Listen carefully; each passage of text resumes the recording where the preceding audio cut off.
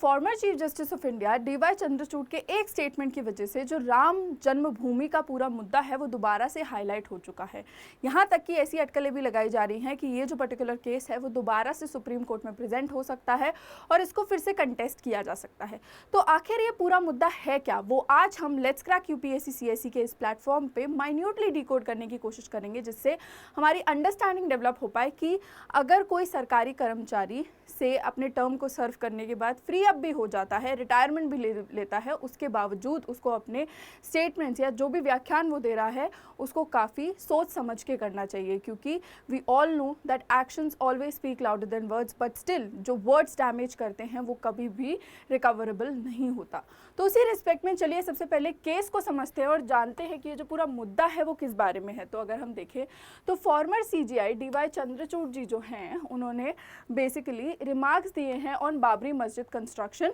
जिसको उन्होंने कहा है कि वो अनहोली है, जो कि डायरेक्टली हमारे एक पर्टिकुलर रिलीजन सेक्ट को हिट करता है, जिसकी रिस्पेक्ट में ये जो पूरी कंट्रोवर्सी है वो क्रिएट हुई है। इस स्टेटमेंट को as a contradicting 2019 SC verdict के जैसा देखा जा रहा है, जिसमें कि प्रोफेसर जी मोहन गोपाल ने बोला है कि अब हमको एक क्यूरेटिव पिटिशन चाहिए अगेंस्ट राम मंदिर जजमेंट। ये जो पूरी डिबेट है वो हमारी जो अयोध्या केस की फाइनलिटी है उसको कंटेस्ट कर रहा है, चैलेंज कर रहा है, विच इज़ वाई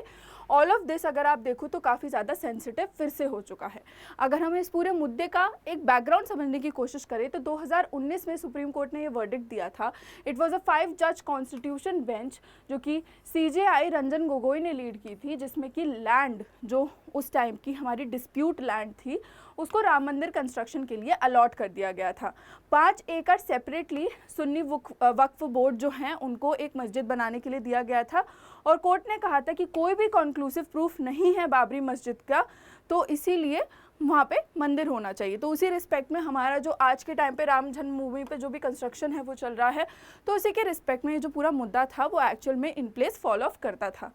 अगर हम इसी परव्यू में देखें तो वो एक तरीके से सुप्रीम कोर्ट का जो वर्डिक्ट है उसको निगेट कर दिए हैं बाय स्टेटिंग कि ये जो पूरा कंस्ट्रक्शन का एस्पेक्ट है वो अनहोली है। अगर हम पूरे स्टेटमेंट को देखें तो यहाँ पे जो ये बिल्डिंग है मॉस्क की उसको दूसरे स्ट्रक्चर पे बनाना गलत कहा है सीजीआई चंद्रचूड़ ने डायरेक्टली। हालांकि इस पर क्लैरिफिकेशन हमको देखने को मिली जिसमें वर्डिक्ट को बोला गया था कि वो बेसिकली एविडेंस पे बेस्ड है, फेथ पे नहीं। तो इसी रिस्पेक्ट में यहाँ पे ज़्यादा से अटकलें लगाना भी गलत ही होगा। तो इसीलिए हम लोगों को एक बैलेंस नुआंस से एक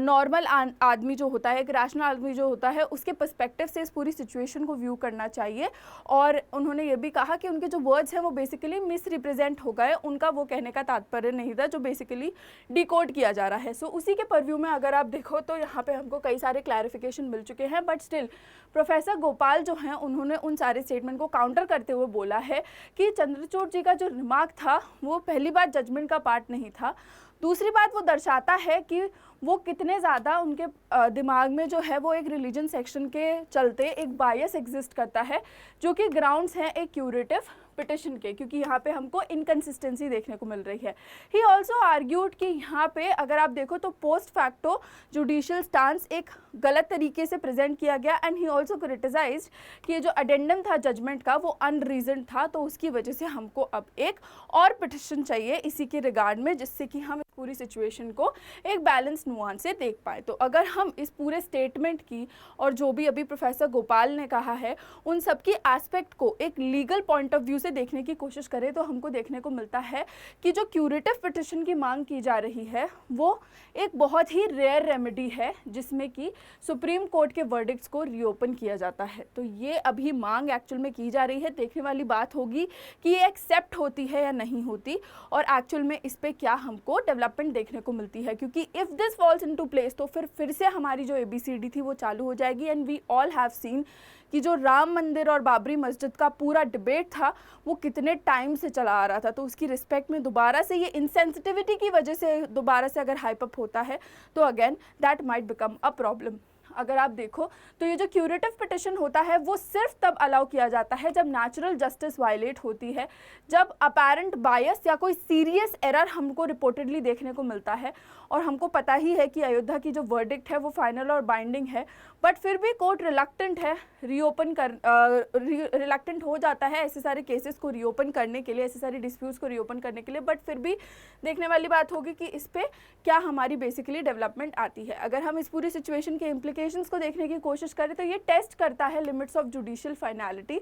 जिसमें कि सेंसिटिव इशू जो कि हाई मोबिलाइजेशन पोटेंशियल रखते हैं उन पे क्यूरेटिव पिटिशन लेना या नहीं लेना एक बहुत ही डाइसी सा मामला हो जाता है, क्योंकि नहीं लेते हैं तो भी प्रॉब्लमैटिक है फ्रॉम द स्टांस की जो अदर पॉइंट ऑफ व्यू हमारे पास आ रहा है, क्योंकि यहाँ पे फिर राइट्स वगैरह डिनाई करने की बात हो जाएगी। वहीं पे हम ज़्यादा तवज्जो किस एस्पेक्ट को दे रहे हैं वो यहाँ पे आपकी बेसिकली इंट्रिकेटली देखी जाएगी। तो उसी रिस्पेक्ट में अगर आप देखो तो इसके काफ़ी सारे इम्प्लीकेशंस हो सकते हैं, जैसे कम्युनल टेंशन्स दोबारा से स्टार्ट हो सकती हैं, जुडिशियल ट्रांसपेरेंसी पे सवाल उठ सकते हैं और क्रेडिबिलिटी भी क्वेश्चन की जा सकती है। तो इसी के रिस्पेक्ट में इन सारी सिचुएशन को एक तरीके से ऐसे देखना कि ये सारी प्रॉब्लम्स भी ना आए और जो अभी प्रेजेंट में प्रॉब्लम एग्जिस्ट कर रही है वो भी सॉल्व हो जाए, वो काफ़ी ज़्यादा एक ट्रिकी सिचुएशन है टू डील विद। एंड उसी के रिस्पेक्ट में अगर आप देखो तो अभी जुडिशरी, लेजिस्लेचर सब लोग का अपना अपना यहाँ पे नुआंस चल रहा है, जिसके चलते वो इस पर्टिकुलर चीज़ को बैलेंस आउट करने की कोशिश कर रहे हैं कि कैसे तो भी ये जो पूरा स्टेटमेंट की वजह से कंट्रोवर्सी क्रिएट हुआ है वो हम थोड़ा सा पुश बैक कर दें, जिससे कि जो सिचुएशंस वर्स होती जा रही हैं वो और ज़्यादा ना बिगड़े। तो उसी के रिस्पेक्ट में अगर आप देखो तो इस पूरी सिचुएशन को कुछ इन स्टेप्स से डील किया जा सकता है, जैसे कि जो भी जुडिशियल रिमार्क्स थे और जो बाइंडिंग जजमेंट थे उनके बीच का difference clear state out loud किया जा सकता है। ठीक है, हम लोग सुप्रीम कोर्ट की जो वर्डिक्ट्स हैं उनकी फाइनलिटी को मेंटेन करने पे ज़्यादा तवज्जो दे सकते हैं, जिससे कि हमारी जुडिशियल स्टेबिलिटी जो है वो बनी रहे। साथ ही साथ हम स्ट्रेंथन कर सकते हैं ट्रांसपेरेंसी इन जजमेंट, जिससे जो भी हमारे अनसाइंड एडेंडा होते हैं उनको हम ना रखें। वहीं पे हम एनकरेज कर सकते हैं रिस्पॉन्सिबल पब्लिक स्टेटमेंट को बाय फॉर्मर जजेस, क्योंकि ऑफ कोर्स ये जो पूरा डिबेट ही है वो एक इररिस्पॉन्सिबल स्टेटमेंट से ही स्पार्क हुआ है, जिसकी रिस्पेक्ट में हम आज इस प्रॉब्लम को डील कर रहे हैं जहाँ पे एक क्यूरेटिव पिटिशन की मांग की गई है। सो इसी रिस्पेक्ट में अगर आप देखो तो डेवलपमेंट्स बहुत ज़्यादा हैं, उन चीज़ों को डील करने के तरीके भी हैं, बट अगेन यहाँ पे सरकार और हमारी जो न्यायपालिका है वो करते क्या हैं वो देखने भर की बात होगी। सो इसी रिस्पेक्ट में आप लोगों को बेसिकली यहाँ पे इन्फॉर्म रखने के लिए हम लोगों ने ये जो सेशन है वो कंडक्ट किया, जिससे कि आप एक ओपिनियन बिल्ड कर पाओ और आप हमें बता पाओ कि आपका क्या मानना है कि इस पर्टिकुलर मुद्दे पे हम लोग कैसे और स्टेप्स ले सकते हैं, जिससे जो भी हम इन फ्यूचर फोरसाइट पे अपनी प्रॉब्लम देख रहे हैं वो हम नेग्लेक्ट कर सकें। सो उसी रिगार्ड में कमेंट सेक्शन का आप इस्तेमाल करें और ज़रूर से बताएं कि आपका क्या मानना है इस पूरे मुद्दे के बारे में। एंड अगर आपको सेशन अच्छा लगे तो लाइक भी ज़रूर कीजिएगा। ऑल्सो अगर आप यूपीएससी सीएससी की तैयारी कर रहे हैं तो अनअकैडमी आप सभी के लिए एक बहुत ही बेहतरीन तोहफा लेके आया है, जिसमें आपको आपकी जो यूपीएससी प्रेपरेशन करने की रिस्पॉन्सिबिलिटी है और जो अपॉर्चुनिटी है वो बेसिकली हम आपको 3 दिन के लिए बिल्कुल मुफ्त दे रहे हैं। ये दशहरा के उपलक्ष्य में हम आपके लिए एक 3 डे फ्री ट्रायल का एस्पेक्ट लेके आए हैं, जिसमें कि आप जितना चाहें उतना प्लस प्लेटफॉर्म का उपयोग कर सकते हैं और फिर एक डिसीजन पे आ सकते हैं, जिसमें आप चाहें तो हमारे साथ जुड़ भी सकते हैं। हमारी जो प्राइस ऑफरिंग है अभी 24,999 की चल रही है, जिसमें आपको 1 महीने का फ्री एक्सटेंशन भी मिलता है और साथ ही साथ आप देख सकते हैं हमारे बैचेस लाइव हो चुके हैं। तो जल्द से जल्द आप अपना जो डिसीजन है वो हमारे साथ ले लीजिए। डिसीजन लेते वक्त भूलिएगा नहीं बिल्कुल कि आपको NSE लाइव कोड का इस्तेमाल करना है, जिसके वाया आपको मैक्सिमम बेनिफिट्स अवेल हो जाएंगे and you can also encash my accountability. So yes, आज के लिए बस इतना ही। हम मिलते रहेंगे इस चैनल पे टाइम एंड अगेन और हमारी कोशिश यही रहेगी कि आपके ओपिनियन पे हम इतने इंट्रिकेटली काम करें कि आपको इन फ्यूचर कोई भी प्रॉब्लम फेस नहीं करनी पड़े। So yes, on that note, this is me Nandini signing off for the day. Hope you like the session and if you did then please do like, share, comment and subscribe to our channel. Let's crack UPSC CSE. Thank you so very much for watching.